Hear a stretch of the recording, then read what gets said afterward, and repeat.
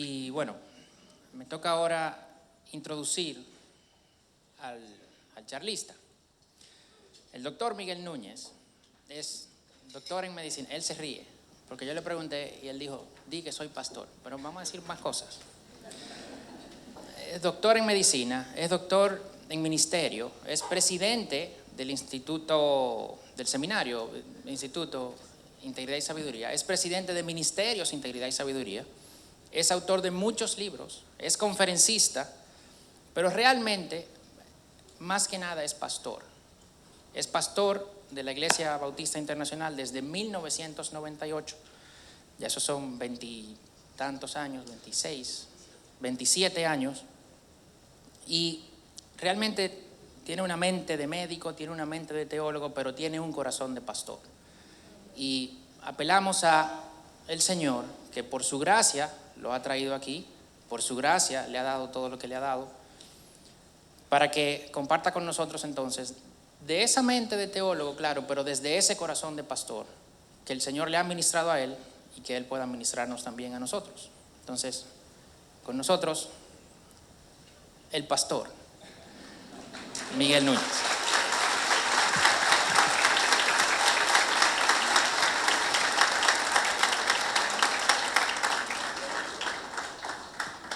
En lo que llega al púlpito, no sé si saben que Yannick es mi sobrino. Entonces me siento entre familia. Es el hijo de uno de mis sobrinos, de manera que este púlpito es como más grande que yo. Pero nada, aquí estamos. Yo creo que nosotros acabamos de cantar de lo que yo tengo que hablar, y es que Dios, cuando nos llama a ser sus hijos, nos llama predominantemente a ser siervos para su gloria. Y la razón por la que Yannick me preguntó cómo te presento, yo le dije, Pastor Miguel Núñez, es porque honestamente yo puedo ser todo lo demás, pero al final el título que mejor me queda a mí, a cada uno de nosotros, es de siervo. Y por eso hay uno de mis libros por ahí que se llama exactamente así, Siervos para su gloria. Porque eso fue lo que Cristo nos enseñó y nos modeló. Él no solamente nos dijo que debiéramos ser de esa manera, Él vino y modeló cómo se hace o cómo se vive de esa manera. Vamos a orar un momentito, pero antes de gracias por recibirnos, gracias por el calor humano con el que nos han recibido, nos han dado la mano, nos han dado abrazos. Cada vez que viajo, ¿verdad? Hay mucha gente alrededor y al final le doy las gracias por los abrazos, las manos que nos dieron, los besos y los empujones también. De manera que estamos en familia porque esta es la familia de Dios al final del camino. Padre, gracias por la oportunidad de poder hablar de tu Hijo, quien fue el modelo por excelencia de lo que, o cómo luce un siervo para tu gloria. La segunda persona de la Trinidad, Dios, soberano, inmortal, como te acabamos de cantar, 3 veces santo, que gobierna todos los eventos del universo, tuvo la mente, tuvo la disposición mental de humillarse, de encarnarse y de venir a honrarte, glorificarte con una sola intención: salvarnos de nuestra perdición y de nuestra vergüenza. Señor, gracias por tanto, gracias por darnos lo que no merecemos y por evitarnos la condenación que sí merecíamos. Gracias en Cristo y por Cristo y para su gloria. Su pueblo dice, amén, amén. Bendiciones. Bueno, me pidieron que pudiera hablar en esta mañana acerca de este gran tema. Y yo creo que vamos a pensar un poquito de cuál es la bendición de vivir de esta forma. Y lamentablemente, cuál es la manifestación de que la mayoría de los hijos de Dios, no voy a hablar del inconverso, porque Dios no ha llamado al inconverso a vivir para su gloria, porque no puede hacerlo, nos ha llamado a nosotros. Pero si hay una característica que está en la historia de la humanidad, de principio a fin, está en el libro del Génesis hasta el final, y que está en nuestra sociedad en aumento, es el descontento. O sea, la criatura, comenzando con Adán y Eva, ellos no estuvieron contentos con todo lo que Dios les había entregado. Dios los hizo a su imagen, los hizo regentes o corregentes, junto con el otro, para que gobernaran toda la tierra. No le evitó o no le quitó ninguna porción de la tierra que no fuera un solo árbol con una sola fruta. Y le dijo: crezcan, multiplíquense, dominen la tierra, llénenla de la imagen de ustedes, porque ellos portaban la imagen de Dios, realmente de la imagen mía que está en ustedes. Y ellos no estuvieron contentos. ¿Tú te imaginas que te entreguen no una nación, un planeta, y te digan: es tuyo, pero sabes que de ese árbol que está ahí, no te lo comas? Y ellos no estuvieron contentos, porque la criatura nunca está satisfecha, a menos que la criatura viva el propósito para la cual la crearon. Si tú miras la naturaleza, a mí me encanta ver videos de animales. Tú ves los delfines, cómo hacen shows en el agua, donde nadie lo está viendo. Lo hacen también cuando lo están viendo en circos y demás, pero en el agua solos, y cantan y danzan contentos. Tú miras las águilas en los aires, cómo se remontan por los aires, parecen tan contentas, tan libres. Todas las criaturas del universo parecen como contentas. O el sol, aunque no tiene sentimiento, ¿verdad?, pero brilla en la mañana, cómo se levanta. Yo creo que si el sol pudiera tener sentimientos, probablemente al iluminar toda la tierra se sentiría pleno, pero no la criatura. Porque la criatura quiere vivir, nosotros decimos en Santo Domingo, su propia cosa. Y lamentablemente eso no va a ocurrir. Ahora, para aquellos de nosotros que estamos en el reino, déjame comenzar con un par de citas bíblicas. Y la primera es que Dios declaró para qué me hizo. En la eternidad pasada Dios me pensó. Déjame poner mi cronómetro, porque ahorita me paso y ya que los pastores son peligrosos cuando le dan un micrófono.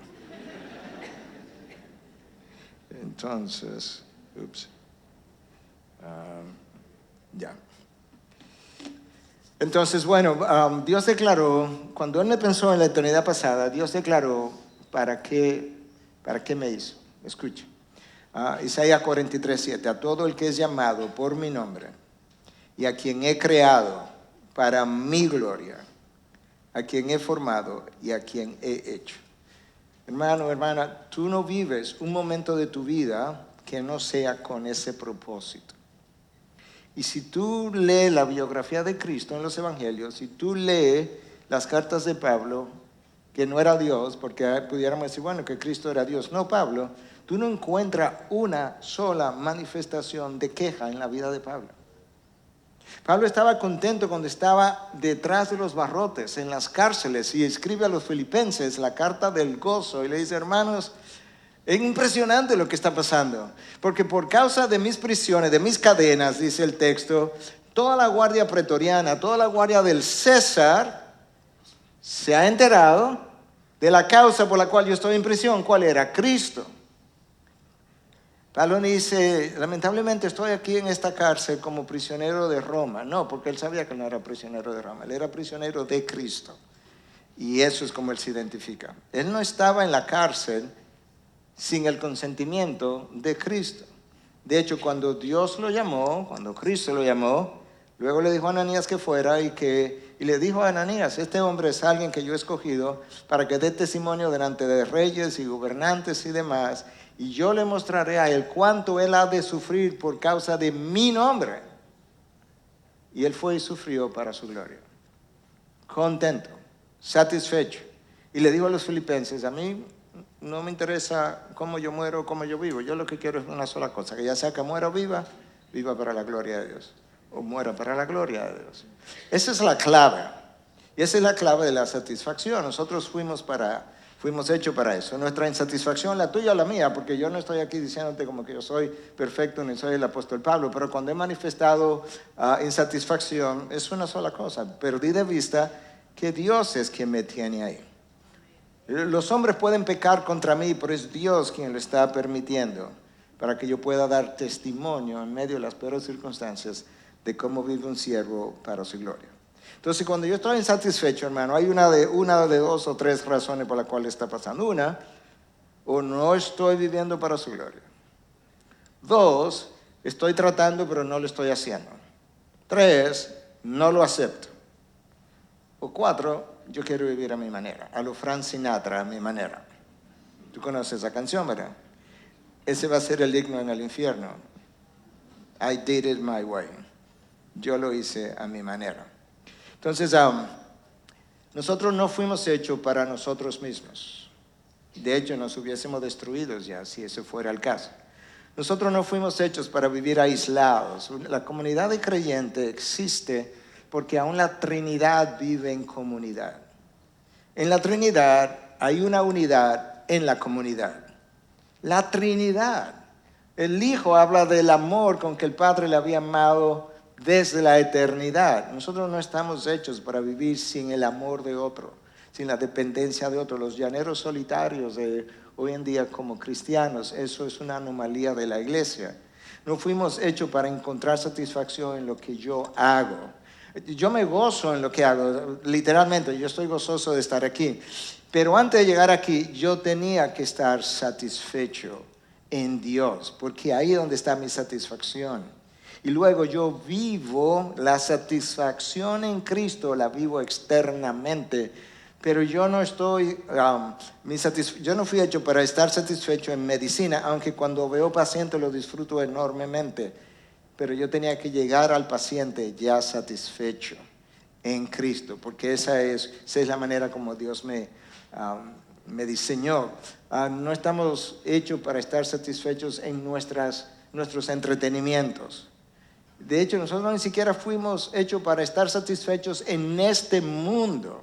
Como decía C.S. Lewis, si tú vives aquí y te sientes insatisfecho, eso debiera darte una idea de que tú no fuiste hecho para este mundo, sino para otro. Y por consiguiente, entonces, el apóstol Pablo nos mandó a vivir con la mente puesta en lo de arriba. Yo no puedo vivir, hermano, satisfecho en este mundo con la mente puesta en este mundo. No se da eso. Es imposible. Créeme que es imposible. Si tú lees Hebreos 11, te vas a dar cuenta que había un grupo de creyentes en el Antiguo Testamento que vieron las promesas de Dios, no recibieron ninguna de ellas, dice el texto, y las abrazaron como si en realidad la hubiesen recibido. Y todos ellos murieron en paz, satisfechos, esperando la recompensa que le había sido prometida. Ahora, la razón por la que se nos hace difícil vivir así, nota que estoy hablando en plural, se nos hace, yo no me estoy excluyendo. En primer lugar, porque nosotros como criatura nacemos egoístas. Una buena ilustración de cómo es nuestro egoísmo es que el bebé acabado de nacer, frecuentemente si tú le tomas una foto, sus puñitos están así, no sé si lo han visto. Así de agarrados somos nosotros, por el resto de la vida. De hecho, en el año 2006 se escribió un libro que se llama The Me Generation, la generación del yo. El autor no es cristiano y él se dio cuenta, esto es una generación yoísta por naturaleza. 2006, y muchas cosas han pasado desde entonces. Nuestra inseguridad, de hecho, no hay persona egoísta que no sea insegura y viceversa. Mi inseguridad se refleja en mi egoísmo, porque cuando estoy inseguro, yo estoy tratando de vivir para mí, para sobrevivir, para que mi mundo esté equilibrado o en paz, que sea mi manera. La criatura, lamentablemente, después de la caída también es eminentemente rebelde. Otros, lamentablemente, somos criados, y sobre todo en esta generación, de una manera que tendemos a ser narcisistas. Tú sabes que el narcisista tiene una impresión superior de sí mismo y al mismo tiempo, como se siente superior a los demás, tiene un deseo y una necesidad, esa es la palabra, constante de aprobación. Nosotros nos sentimos merecedores. De hecho, en el 2020 se escribió un libro también por autores seculares, se llama The Entitlement Generation, la generación como que se cree que se lo merece todo. O sea, la gente del mundo está haciendo observación que a veces nosotros no hemos hecho. En el 2009 salió The Narcissistic Epidemic, o la epidemia narcisista, que según estos dos autores comenzó en el año 1970 y alcanzó su pico en el año 2006-2007 cuando salió Facebook y YouTube, donde todo el mundo quiere que todo el mundo lo vea, porque todo lo que él hace en su vida es importante. Compara eso con lo que Jesús dijo al final de sus días. Escucha lo que él dijo. Él está en el aposento alto, le quedan horas de vida, está compartiendo con sus 12 discípulos, 11, porque aunque Judas estaba ahí no cuenta en un sentido, pero estaba compartiendo con ellos.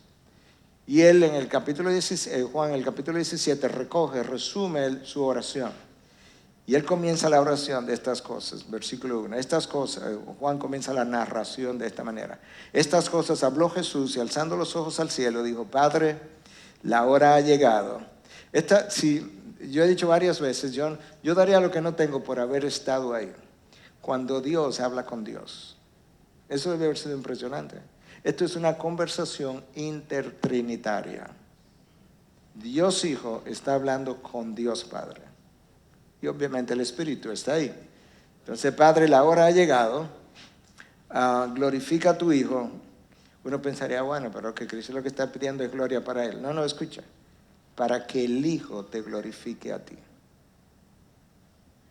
O sea, el propósito de Cristo fue venir, cumplir con la asignación que Dios le había dado, con Dios Padre, y entonces glorificar al Padre. Pero cuando Cristo habló de su glorificación, lo puedes seguir en los evangelios, cuando Él dice, mi hora no ha llegado, Él se refiere a esa hora como la hora de la cruz y le llama la hora de mi glorificación. O sea, lo que Cristo va a hacer en la cruz es la manera como Él va a ser glorificado y como entonces en su glorificación Él va a glorificar al Padre. Entonces Él necesita ayuda, claro que Él necesita ayuda para eso. ¿De quién? Del Espíritu Santo que Él ungió en el río Jordán el día que Él fue bautizado, y que Hebreos 9:14 nos dice que por el Espíritu eterno Él soportó la cruz. O sea, Cristo se mantuvo en la cruz y la soportó por la ministración del Espíritu de Dios a su vida. Y eso es importante. Entonces, cuando la Trinidad habló de cómo es que la salvación iba a ocurrir y que Cristo iba a ser el Redentor, Él se ofreció como voluntario. Y Pablo nos dice en Filipenses 2, que lo cantamos básicamente, a partir del versículo 5 hasta el 8, escucha. Haya pues en vosotros esta actitud que hubo también en Cristo Jesús. Algunas traducciones dicen esta mente, que de eso fue que cantamos, que hubo en Cristo Jesús, el cual, aunque existía en forma de Dios, no consideró el ser igual a Dios como algo a que aferrarse, sino que se despojó a sí mismo, tomando forma de siervo, haciéndose semejante a los hombres, y hallándose en forma de hombre, se humilló a sí mismo, haciéndose obediente hasta la muerte y muerte de cruz. Haciéndose obediente hasta la muerte. Ok. Entonces, lo que Filipenses 2 describe en el versículo 5, 6, 7, 8, 4 versículos, es básicamente cómo Dios se encarna y muere en lugar del hombre, en primer lugar. Número 2, cómo el dador de vida perdió la suya. El dador de vida pierde la suya. Lo que Cristo estaba diciendo, yo tengo que morir para que tú vivas. Literalmente hablando. Compara eso. Y luego, cuando nosotros celebramos la Santa Cena, recordamos sus palabras, este es mi cuerpo que es entregado por vosotros. En ese momento, esa es la frase, este es mi cuerpo que es entregado por vosotros. Cristo está diciendo en este momento, yo tengo que morir para que tú vivas. En la era del aborto hoy en día, la madre dice, este es mi cuerpo, tú tienes que morir para que yo viva. ¿Tú ves la diferencia? El inocente murió en el lugar del culpable. El juez tomó el lugar del acusado. El santo fue hecho maldición. El rey que se vista de gloria fue desnudado literalmente en la cruz y avergonzado. Y el Señor fue convertido en siervo. Eso que yo delineé ahí está en 4 versículos y está en una canción, dicho de otra manera. Pero eso fue lo que ocurrió. El maravilloso intercambio de que a veces cantamos también requirió eso. Entonces, siervos para su gloria, se supone que exhiban, tú y yo, la humildad de Cristo. Su humildad fue lo que le permitió renunciar a su posición. Él era igual a Dios y dijo, sí, pero yo tengo que renunciar a eso porque hay una humanidad entera condenada a quienes nosotros, la Trinidad, queremos darle salvación. Él vivió en dependencia del Padre y eso le dio fortaleza y todo el tiempo él sabía lo que tenía que hacer. Nunca dudó. Cuando Pedro trató de detenerlo, cuando le dijo, yo tengo que ir a Jerusalén y sufrir mucho a manos de autoridades, y Pedro le dijo, Señor, que jamás eso te acontezca. Jesús le dijo, apártate de mí, Satanás. Pero escucha lo siguiente, porque no tiene en cuenta las cosas de Dios, sino las cosas de los hombres. Pedro, tu problema es, tú tienes tu mente aquí abajo. Y aquí abajo, claro que nadie quiere ir y sufrir en manos de personas como aquellas autoridades, ¿verdad?, injustas, pecadoras, pero no se trata de eso. Yo tengo mi mente en las cosas de Dios, tú no, Pedro. Su obediencia fue absoluta, le permitió entonces resistir cada tentación, vivió sin pecado, y como vivió sin pecado, eso fue lo que lo capacitó para ir a la cruz. La vida de Cristo, la obediencia activa de Cristo, que es como se llama en teología, que es toda su obediencia, fue tan necesaria como su obediencia pasiva en la cruz para nuestra salvación. Él cumplió la ley y necesitaba obedecer de esa manera. Y luego su disposición a ser quebrantado para que nosotros los quebrantados podamos ser sanados fue vital. Y si hay algo que yo aprecio de la palabra o de Cristo o de la Trinidad, Cristo en particular, porque Él fue que vino y se encarnó, es que Él no te ha pedido a ti que haga nada, absolutamente nada que Él no haya hecho primero y todavía en mayor grado. Nada. Si pidió que nos laváramos los pies unos a otros, Él fue y los lavó primero. Pero el problema es que Él era Dios y nosotros criaturas. Y el único verdadero Dios encarnado le lavó los pies a los pecadores y nosotros los pecadores no queremos ni servirnos café unos a otros. En ocasiones, porque Él me hirió y Él no se lo merece. O sea, ¿tú piensas que los discípulos se merecían que le lavaran los pies? Una tarea solo reservada para esclavos. Y nosotros por la más mínima ofensa ya no queremos servir al otro porque Él no se lo merece. Tú tampoco. Yo tampoco. Nosotros decimos que todo es por gracia, pero a cada rato vivimos hablando de merecimiento. No, porque yo tengo aquí en esta posición, en esta iglesia 5 años, algo yo me merezco, en serio. Cristo tenía toda la eternidad en gloria y vino como que Él no se merecía nada. Es que no se trata de eso, hermano. Un siervo para su gloria no vive para sí mismo, no vive para sus planes, no vive para su voluntad, no vive para sus propósitos. ¿Usted sabe por qué? Porque todo eso, en la vida del siervo, él sabe que le pertenece a su amo. En el primer siglo habían siervos, esclavos. De hecho, la palabra que nosotros leemos en el Nuevo Testamento como siervo aparece en el Nuevo Testamento 124 veces. Y en prácticamente todas, quizás con 1 o 2 excepciones en el original, la palabra es doulos, y un doulos no era simplemente un siervo, era un esclavo.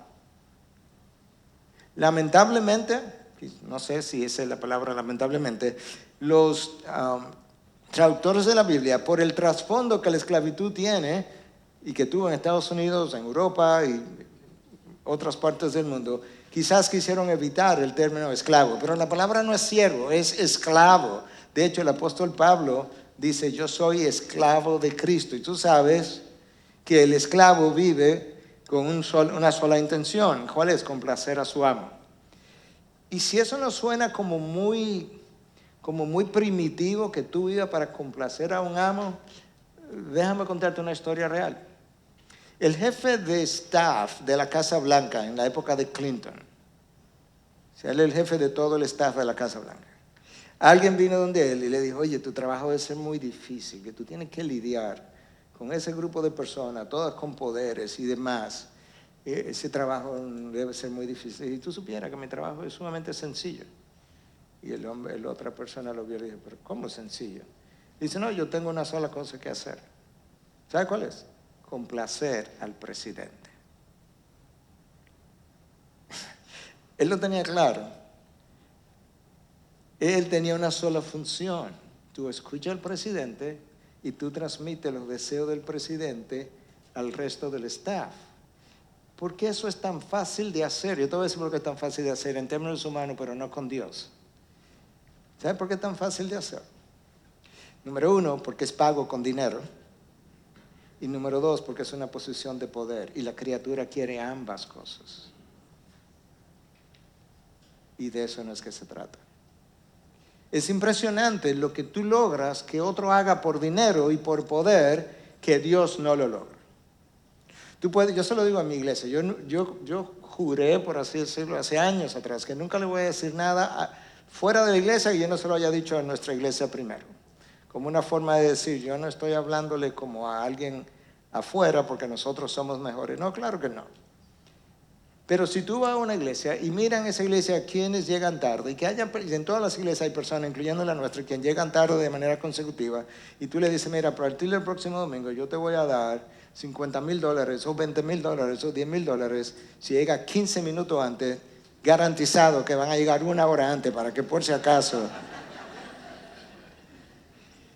Y yo puse $10,000, pero ¿sabes qué? Por menos que eso. Porque el dinero logra que el hombre hace lo que Dios no logra que él haga. Porque valoramos más el dinero que a Dios. Y el hombre puede decir que no hasta la saciedad. Él lo demuestra todos los días. Lamentablemente y dolorosamente. Pero siervos para su gloria no pueden vivir de esa manera. Tú eres un esclavo de Cristo y el jefe de staff de la época del presidente Clinton entendió eso, aunque no usó la palabra esclavo. Tú eres un asalariado del amo y el asalariado tiene que cumplir con lo que su presidente le dice. Ahora, es impresionante que el contexto en el que Pablo habla, eso que Pablo menciona en Filipenses 2, es la descripción de la unión de las dos naturalezas de Cristo. Eso es una de las verdades teológicas más complejas. Y la razón por la que eso llama la atención no es simplemente por su complejidad. Todavía hay algo más que llama la atención. Es que ese texto aparece en una carta que no tiene nada que ver con teología y nada que ver con cosas pesadas, sino con el día a día y la necesidad de vivir en gozo. Y en medio de eso, Pablo se le ocurre hablar de lo que, permíteme usar la expresión del despojo. Cristo se despojó de su gloria. ¿Cuál es la razón? Él no la dice, pero yo intuyo, porque cuando yo paso la página, eso es lo que yo leo en el capítulo 4. Ruego a Evodia y a Síntique que vivan en armonía en el Señor. En verdad, fiel compañero, también te ruego que ayudes a estas mujeres que han compartido mis luchas en la causa del Evangelio junto con Clemente y los demás colaboradores míos, cuyos nombres están en el libro de la vida. Aquí hay 2 hermanas entregadas al ministerio, Síntique y Evodia, que han sido compañeras de Pablo, que él dice que estas mujeres han compartido mis luchas en la causa del Evangelio y ahora están en desarmonía. Hello, en serio. Ustedes no entienden el Evangelio. El Evangelio nos prohíbe estar en desarmonía, pero ¿cómo es posible? Y Pablo le está pidiendo a alguien que él no menciona, dice, habla con ellas. Pero antes de decir eso, le dice, como yo lo intuyo, mira el ejemplo aquí. Mira el ejemplo. Mira a Cristo. Wow. Su unión con la naturaleza humana. Ahora, quizá alguien está pensando, pero eso no es tan fácil, pastor. No, no es tan fácil, pero déjame decirte que antes de Pablo entrar al versículo 5, que fue el que yo leí, hasta el 8, él le dijo lo que se requería en el 1 al 4. Escucha. Por tanto, si hay algún estímulo en Cristo, si hay algún consuelo de amor, si hay alguna comunión del Espíritu, si algún afecto y compasión, haced completo mi gozo, ¿Cómo hacemos eso, Pablo? Siendo del mismo sentir, conservando el mismo amor, unidos en espíritu, dedicados a un mismo propósito. Nada hagáis por egoísmo, por vanagloria, sino que con actitud humilde cada uno de vosotros considere al otro como más importante que a sí mismo, no buscando cada uno sus propios intereses, sino más bien los intereses de los demás. Okay, aquí está la fórmula paulina. Número 1, sed de un mismo sentir. Síntique y Evodia no estaban siendo de un mismo sentir. Y eso requiere humildad. Número 2, sed de un mismo amor. Eso requiere comunión con Dios y comunión los unos con los otros. De hecho, si tú miras la declaración de visión de nuestra iglesia antes de comenzar, dice ser una iglesia sin muro, compuesta de discípulos que caminen, escucha, en integridad de corazón delante de Dios y que disfruten, que caminen en integridad de corazón y luego que disfruten de intimidad con Dios y entre ellos mismos. Ahí está. Intimidad, comunión con Dios primero y entre ellos mismos. Sed de un mismo amor, sed de un mismo espíritu. Eso requiere madurez espiritual. Nuestras inmadureces espirituales, y créeme, yo tengo 66 años ahora, 27 siendo pastor y otros tanto habían sido anciano. Claro que habían inmadureces en otro tiempo de mi vida, yo lo sé. O sea, yo estoy hablando con conocimiento de causa. Y seguro tengo que seguir madurando todavía porque no tengo la imagen de Cristo completa en mí. Sed de un mismo propósito. Hay una sola manera de hacer eso, es sometiéndonos a la voluntad de Dios. Y una de las cosas que nosotros hacemos como pastores, somos 8 o 9 ahora y un par más en formación, nosotros tomamos decisiones unánimes. Y hay ocasiones donde no estamos. ¿Y qué hacemos? Bueno, vamos a seguir orando. Literalmente. La semana pasada nos reunimos y yo hablé de algo que necesitaba un cambio y había uno solo que todavía estaba en desacuerdo. Bueno, pues esta semana vamos a hablar otra vez después de haber orado y nos vamos a poner de acuerdo. Yo sé, tenemos 27 años haciendo esto, porque no andamos buscando la voluntad individual de cada uno de nosotros, sino la de Dios. Y entonces decidimos. Pero hay una cabeza, en este caso soy yo, que trato de dirigir que las cosas se hagan como Dios nos ha llamado a hacer. Entonces la propuesta de Pablo requiere no egoísmo, actitud humilde, ver al otro como superior a ti mismo. Eso a nosotros nos cuesta mucho. Porque déjame ponerme a mí mismo de ejemplo. Yo soy el pastor de la iglesia y el grupo de pastores tiene una cabeza, pero Dios me dice, sí, pero tú consideras al otro como superior a ti mismo. Pero Cristo no me dijo eso sin haberlo hecho primero, porque Él fue que lavó los pies. Si Él lavó los pies, Él consideró al otro como superior a sí mismo. Él fue y se sometió a las autoridades de Roma. ¿Qué es donde Pilato? Yo voy donde Pilato. Mira, llévaselo a Herodes. Y él fue donde Herodes y respondió a las preguntas y demás. Sí, Él consideró al otro como superior a sí mismo. Pero eso implica que yo no puedo buscar mis propios intereses, sino lo de los demás. Y eso está ahí en Filipenses 2, que te lo acabo de leer. O sea, continuamente tu vida y la mía tiene que ser, ¿cómo ayuda esto al otro? ¿Cómo bendice esto al otro? Yo tengo que ser capaz de tomar decisiones en nuestra iglesia que a mí me van a perjudicar, pero que al otro lo van a bendecir. Porque de lo contrario, yo estoy centrado en mí mismo y no estoy viviendo el ejemplo de Cristo, ni estoy viviendo como un siervo para su gloria. Ahora, lo impresionante de Cristo, bueno, número 1, que era Dios y Él fue que hizo todo esto y lo modeló. Número 2, que Él se autohumilló. Eso no ocurre tan frecuente entre nosotros los hombres. Frecuentemente Dios nos humilla. Yo diría que prácticamente siempre, porque no lo hacemos nosotros. Cristo no tuvo que ser humillado. Faraón tuvo que ser humillado por Cristo a través de las 10 plagas y no dio su brazo a torcer. Nabucodonosor tuvo que ser humillado después que él salió al balcón, como ustedes saben, y no es esta la Babilonia, la grande, la que yo he hecho para mi propia gloria. Y Dios le dijo, ajá, tú ese terreno que está ahí, tú vas a comer hierba por 7 años. Hasta que tú reconozcas que el Altísimo gobierna sobre los reinos de la tierra. Y perdió la razón. A veces Dios no nos pone a comer hierba gracias a su gracia. pero comemos tierra a veces. O sea, Dios, créeme, que Él sabe cómo hacerlo. Él sabe cómo hacer eso con cada uno de nosotros. Y yo lo sé porque ha sabido hacerlo conmigo, sobre todo en mis años más jóvenes. Jonás fue humillado por Dios. Dios le da el privilegio a Jonás de elegirlo como profeta. Le dice: Jonás, oye, tú vas a liderar el avivamiento más grande de la historia. Hasta los animales van a estar arrepentidos. Le pusieron polvo y ceniza a los animales, se lo cubrieron. Y Jonás dijo: ¿pero a dónde? Con los ninivitas. ¿Con quién? No. Yo sé, yo no quiero ir para allá porque yo sé cómo. ¿Tú te atreves a perdonarle? Y tú sabes que hay un Jonás en cada uno de nosotros. Hay alguien que no merece el perdón. Yo sí. Ese puede ser mi hermano, puede ser mi papá, puede ser mi mamá, puede ser mi hijo, puede ser mi esposa. Él no se lo merece. Porque hay un Jonás en nosotros.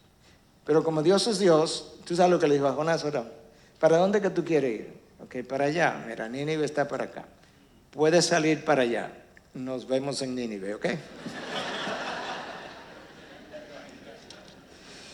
Entonces, ¿tú quieres ir a Nínive por aire o por ballena? ¿Cómo tú quieres ir? Pero vas a ir.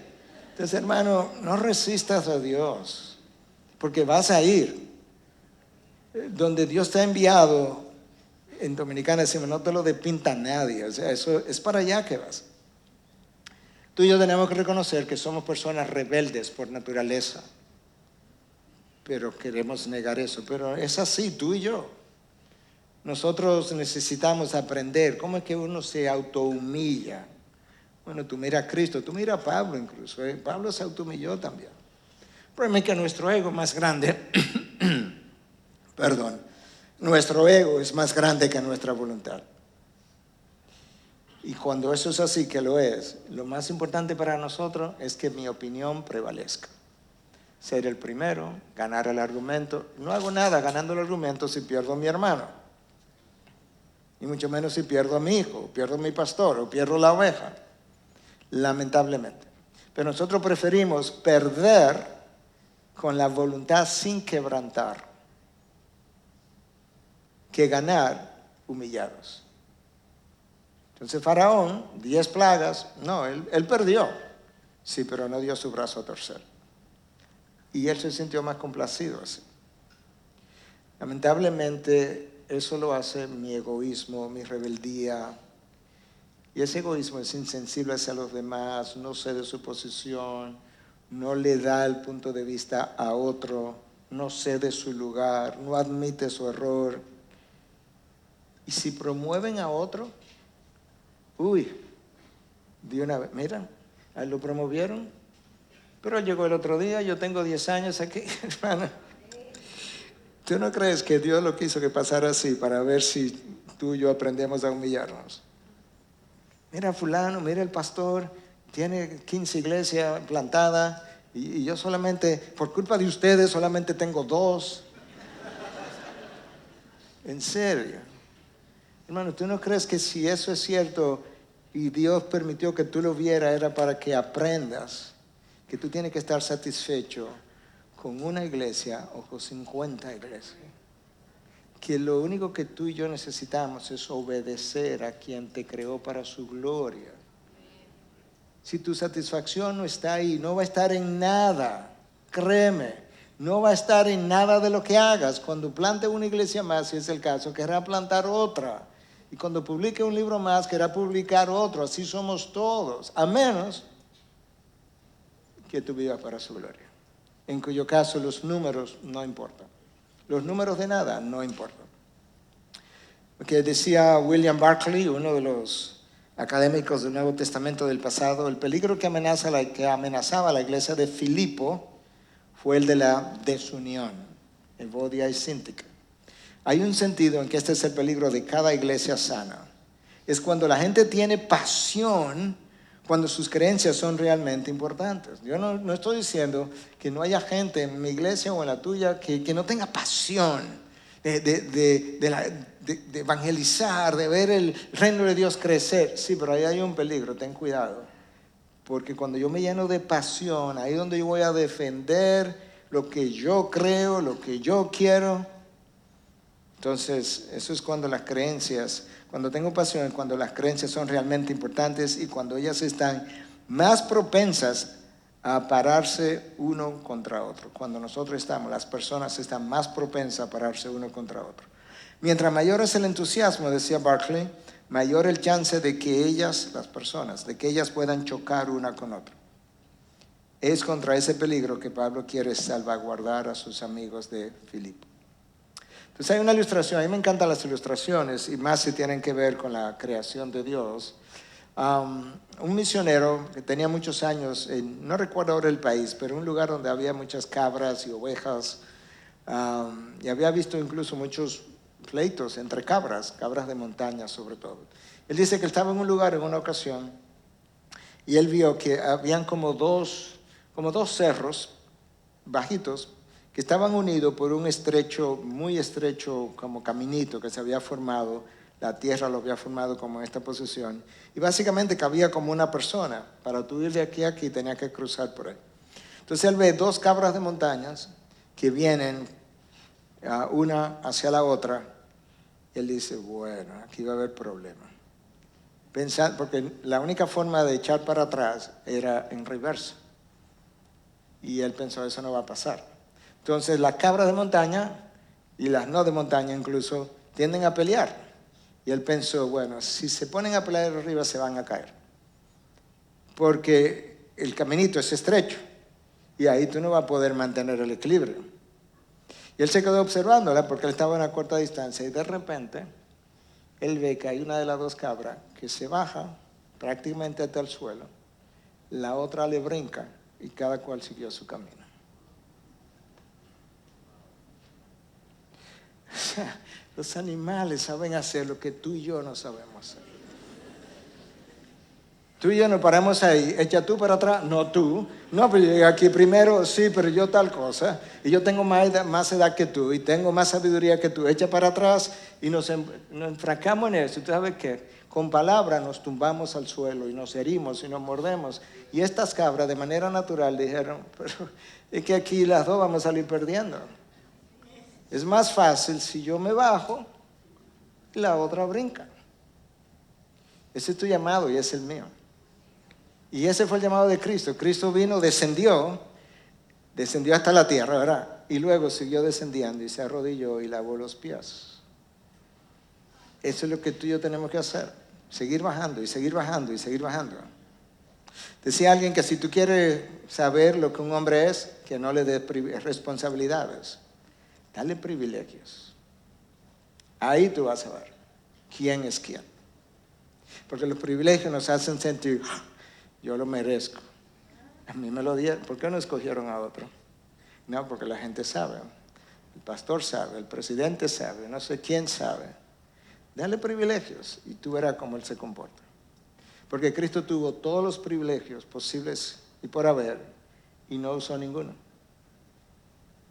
Tú te das cuenta que Cristo le dio a beber agua en el desierto a los judíos, que Cristo le dio de comer, pero Él nunca multiplicó comida para Él.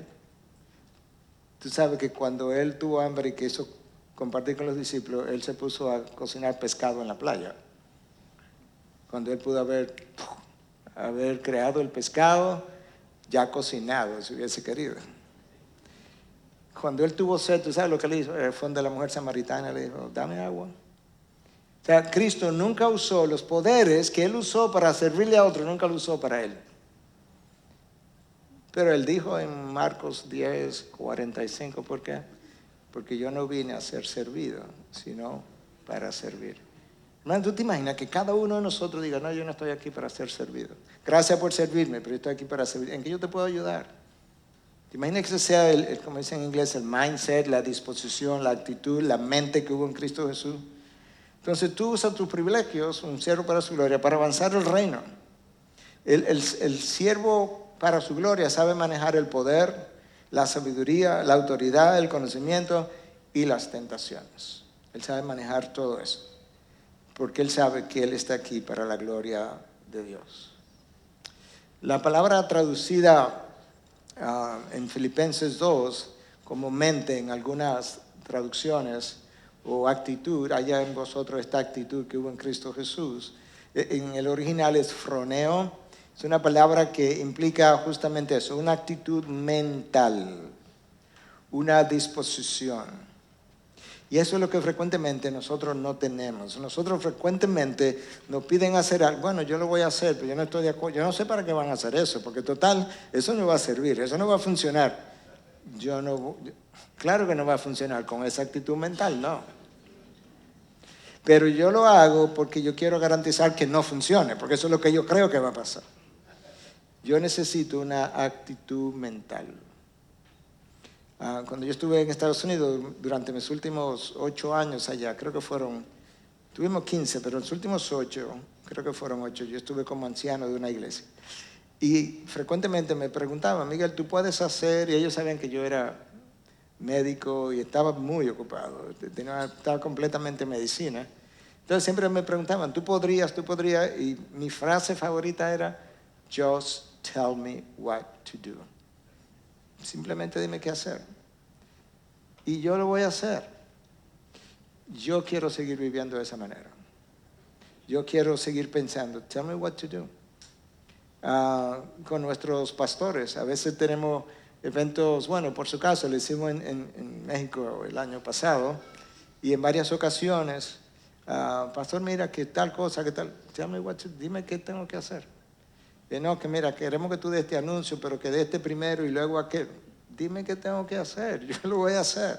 Yo estoy aquí para servir. Ahora, si es algo que tiene que ver con pecado, con moralidad, no, claro que no lo voy a hacer. Pero que si yo puedo hacer, claro que yo puedo hacerlo. Porque yo quiero servirte. ¿Sabes por qué? No solamente quiero glorificar a Dios, yo quiero que modelar para ti, que eres más joven quizás, cómo tú debes seguir sirviendo al cuerpo de Cristo y aún a otros. Entonces Jesús, antes de encarnarse, tuvo una disposición mental. Si yo voy a ir, si esto es lo que el Padre quiere, yo lo voy a hacer por amor al Padre. Y el Padre hizo muchísimas cosas por amor al Hijo. Entonces, antes de nosotros emprender una misión, una labor, una clase que voy a enseñar, algo que la iglesia me pidió, que limpie el piso en la iglesia, yo necesito una actitud mental. Sin eso yo no voy a poder hacer. Y la actitud mental es, dime qué hacer. Pero sabes que la persona más bendecida y que más va a ganar, por así decirlo, no en términos de dinero, pero eres tú delante de Dios. Entonces escucha la frase, porque la voy a desglosar ahora en 2 minutos. Haya pues en vosotros esta actitud o esta mente que hubo en Cristo Jesús, pero vamos a enfocar en haya pues en vosotros. Eso está en el tiempo presente, la voz activa y en el modo imperativo. Eso suena complejo, pero es simple. En el tiempo presente, o sea, esto es una actitud continua. No es que hoy tenga esa actitud mental que hubo en Cristo Jesús, es que toda tu vida. Eso es uno. Número 2, eso no es una sugerencia en la palabra, porque está en el modo imperativo. Es una obligación. Haya pues, es como ten tú esta actitud. De manera que yo no tengo opción. Frecuentemente nos rebelamos contra eso, pero me estoy rebelando con algo que era una obligación. Y número 3, está en la voz activa, lo que implica que Dios no lo va a hacer por mí. Tú tienes que hacerlo, tú tienes que renunciar. Mira la diferencia. Cuando tú lees en 2 Corintios 5:18, sed, 1 Corintios 5:18, sed llenos del Espíritu. Eso está en la voz pasiva. Tú no te puedes llenar del Espíritu.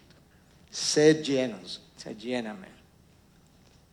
Pero nota que aquí no dice algo así, sed llenos, dice, sed, haya pues en vosotros. Eso lo tienes que hacer tú, esa es la voz activa. Entonces, eso me da una idea. Yo necesito esto todo el tiempo, yo tengo que hacerlo y no es una opción. Dios no me lo dio como una opción. problema es que nosotros, como no tenemos esa actitud mental, frecuentemente queremos que nos sirvan en vez de nosotros servir. Mira esta oración, que es anónima. La primera vez que la vi hace muchos años y la vi como anónima y la he seguido viendo como anónima. Pero esto es alguien que hizo una confesión. Y dice, Señor, yo soy como Juan y Jacobo. ¿Te acuerdas? Permite que nos sentemos a mano derecha y a mano izquierda. Y cuando no lo consiguieron, ellos le dijeron a su madre que fuera y pidiera lo mismo. Insistían en la mano derecha y la mano izquierda. Entonces esta persona dice, yo soy como Juan y Jacobo, Señor. Yo evalúo a los demás en términos de lo que ellos pueden hacer por mí y cómo ellos pueden avanzar mis programas, alimentar mi ego, satisfacer mis necesidades y darme ventaja estratégica. Yo me aprovecho de las personas, aparentemente para tu gloria, pero en realidad es para mi gloria. Señor, vengo a ti a obtener una posición ventajosa y a obtener favores especiales, tu guianza para mis propósitos, tu poder para mis proyectos. La oración continúa, pero básicamente decía algo como esto. Me imagino cómo yo respondería, o yo soy delante de los hombres de esta y aquella manera, me comporto, ¿sabes?, con mucho gozo y demás, pero si tú me pidieras que sirviera en una habitación lejana, aislada, donde nadie me ve, a una viejita con pies callosos y lavara los pies, me pregunto cómo yo serviría. Y a lo que la oración al final estaba apuntando es, nosotros muchas veces nos encanta servir, pero nos encanta que nos vean sirviendo. Entonces, si me ponen en una habitación donde nadie me ve, y mucho menos ya una señora al final de sus días, que tampoco tiene como mucho propósito, quizás yo no tengo la misma actitud o la misma mente. Ahora, imagínate que tú decidas, ok, ya entiendo que es una obligación, no es una opción que me dan, porque la frase está en el modo imperativo.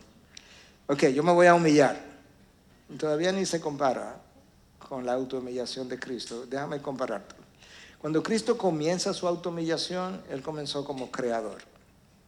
Si yo decido autohumillarme mañana, yo voy a comenzar como una criatura. Eso no es lo mismo. Número 2, cuando Cristo comenzó su autohumillación, Él era el Señor del universo. Yo comienzo como un esclavo. En el mejor de los casos, un esclavo de Cristo. Y cuando no soy esclavo de Cristo, soy un esclavo de mis pasiones. Esclavo al fin. Él comenzó como alguien exaltado, soberano, santo, inmaculado. Si yo comienzo a autohumillarme, yo comienzo como un hombre caído, pecaminoso, egoísta, y sobre todo, habiendo heredado una mente entenebrecida que Dios ha ido iluminando, pero que sigue teniendo áreas oscuras, y rebelde. Cristo disfrutaba de todo el universo cuando Él comenzó a autohumillarse. Yo no tengo nada que me pertenezca. Entonces el sacrificio de Cristo, la autohumillación de Cristo y la mía ni se comparan uno a otro, no tienen igual. Y Él se dejó clavar. ¿Te imaginas? Cristo hubiese podido hacer y desaparecer a todo el mundo. Se dejó clavar. Con la misma autoridad y poder con que Él paró los vientos, con la misma autoridad pudo haber parado la multitud que fue a clavarlo. Con todos los atributos y privilegios típicos de la divinidad, Él se comportó como un siervo.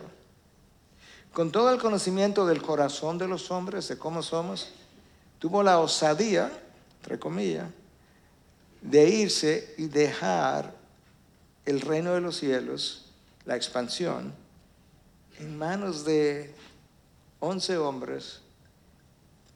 Uno lo negó, no voy a mencionar a Judas, 3 veces. Uno quería la mano derecha, el otro quería la mano izquierda. Tomás dijo que no iba a creer, a pesar del testimonio de todas las mujeres que hablaron con él, varias de ellas, y el testimonio de 10 de los 11 discípulos. Y Tomás dijo, no, yo no creo, él tiene que hacerme una aparición a mí personal y enseñarme las heridas. Y si yo no creo, si yo hubiese sido de Cristo, lo de, bueno, quédate en tu incredulidad, porque no me voy a, con esa actitud no me aparezco. Pero Cristo se le apareció. Y le dijo, ven Tomás, pon tu dedo en mi llaga. Impresionante. ¿Te das cuenta hasta dónde Cristo descendió? Bueno, increíble. Y con ese corazón, conociendo ese corazón, él lo dejó liderar y fue formando la actitud en cada uno de ellos. Hermanos, vivir para su gloria es la única cosa. Yo tengo que cerrar porque el tiempo se fue. Tenía más cosas que decir, pero voy a ir cerrando. La única manera de vivir satisfecho en esta vida insatisfactoria, esta vida es insatisfactoria. De hecho, no hay nada en esta vida satisfactorio. Si lo hubiera, tú estarías en el cielo y no aquí abajo. O sea, tu profesión no es satisfactoria, la mía tampoco. Ni la profesión de pastor ni la profesión de medicina es satisfactoria. No puede ser satisfactoria en un mundo caído, con personas caídas, con mentes caídas. Claro que no. Entonces, si nosotros comenzamos a buscar una iglesia perfecta y la encuentras y dices, ok, aquí me hago un miembro, acabas de hacerla imperfecta. No te unas entonces. No existe. No existe. No hay predicador perfecto tampoco. Esperemos entrar en gloria. No hay esposas perfectas, no hay esposos perfectos. Si Dios quiere que yo ame a mi esposa incondicionalmente, tú sabes que, o ella a mí incondicionalmente, Él va a tener que enseñarnos eso. ¿Y tú sabes cómo nos va a enseñar? Con todas nuestras imperfecciones. Y me va a decir, ¡tará! Esa es tu misión. Aprende ahora. Sería muy bueno estar casado con un hombre perfecto o una mujer perfecta, ¿verdad? Bueno, espera estar en gloria y allá la gente no se casa. O sea que... Entonces, ¿qué? Dios está formando su imagen en mí a través de las imperfecciones de mi esposa y formando su imagen en ella a través de mis imperfecciones, a través del perro que a mi esposa le encanta y a mí no me gusta tanto como a ella, pero eso es parte de vivir en armonía. Yo lo cuido y lo alimento y lo saco al patio, ya lo sabe, o sea que él está bien cuidado cuando ya se va. Yo lo que no soy tan amorosa como ella es con su perro, y está bien, Dios nos hizo a todos diferentes, eso no es ningún problema. Hay cosas que yo amo que ella no ama tanto y viceversa, así aprendemos, pero es la única forma. ¿Cómo yo aprendo a amar incondicionalmente si mis ovejas son perfectas? No, yo necesito muchas de sus imperfecciones. ¿Cómo yo aprendo a perdonar si mis ovejas no me ofenden? ¿Cómo yo aprendo a no guardar rencor si no hay gente que me traiciona? Y todo eso está ahí en la palabra, en un grupito de 12. Usted sabe que los grupos pequeños son importantes para las iglesias crecer. Nosotros tenemos... El otro día pregunté, pero ya perdí cuenta, tenemos más de 50 grupos pequeños, mixtos y de parejas, y las mujeres tienen casi 30 grupos por otro lado. Pero sabes que eso todavía no es como dicen, es el it, y ya con esto cierro. Porque la clave es tu relación con Dios. Y yo digo eso simplemente para decir, el mejor grupo pequeño del mundo tenía 12 gente. Y le dieron el mejor discipulador, maestro del universo. Y le dijeron, múdense con él 2 o 3 años. O sea, ¿dónde tú vas a encontrar un grupo así? Y al final, el Galileo, yo no conozco a ese hombre. Pero tú andabas con él, yo no lo conozco. Viene otra persona, sí, pero tú eras uno de ellos que andaba con él. Perdón la palabra, pero eso es lo que dice el original. Maldita sea, yo no conozco a ese hombre. Entonces cantó el gallo. ¿Y sabe lo que dice el Evangelio de Marcos? Que entonces Pedro se acordó de lo que el Señor le había dicho. Pedro, pero no fue hace un año que te lo dijeron que te iba a pasar. Hace como 5 horas o 4 en el aposento alto.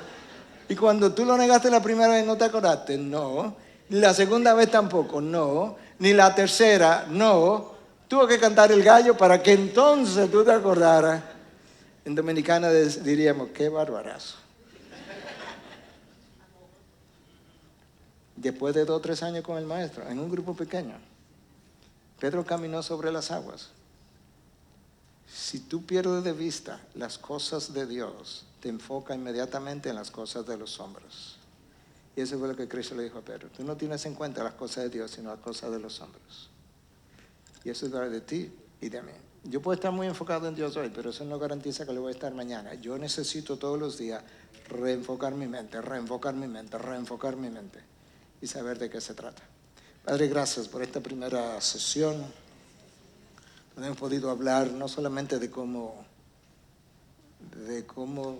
luce un siervo para su gloria, pero de poder hablar de cómo modeló, vivió, se sometió y obedeció el siervo por excelencia, Cristo Jesús. Ayúdanos a imitarlo y ayúdanos a meditar en Él y su modelo y su vida el resto de mis días en Cristo Jesús. Amén. Amén. Bendiciones.